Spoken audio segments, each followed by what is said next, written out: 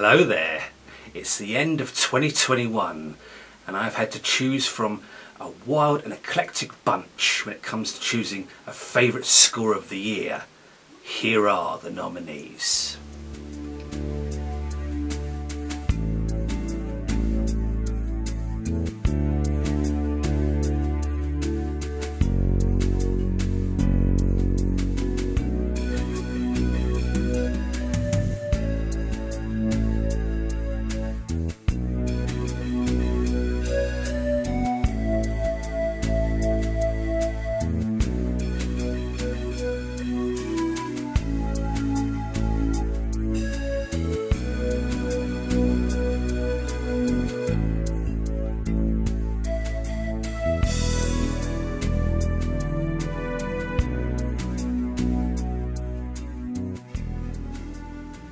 Can't go too far wrong with that bunch.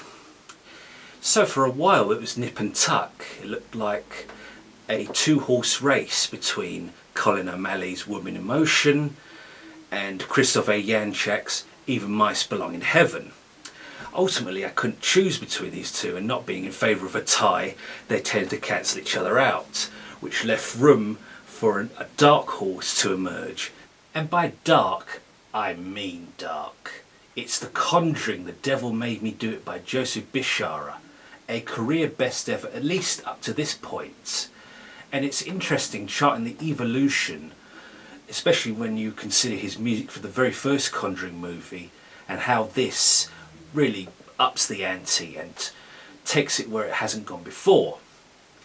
I believe that horror soundtracks are a virtual infinity pool when it comes to creativity and expression for film composers.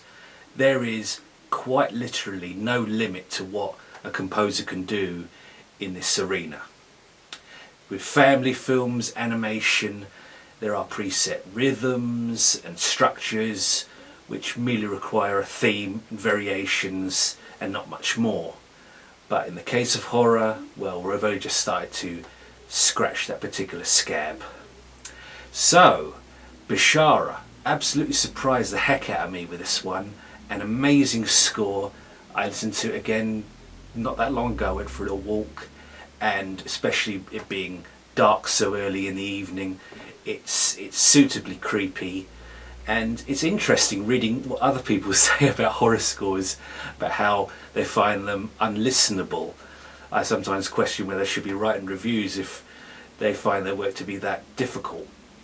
And so that's my favourite score of 2021. It was perhaps a reaction to the disappointment I found in the Candyman soundtrack, which ended up being the worst of the year. So, what does 2022 bring? Well, a friend of mine might have something interesting on the horizon. We'll wait and see.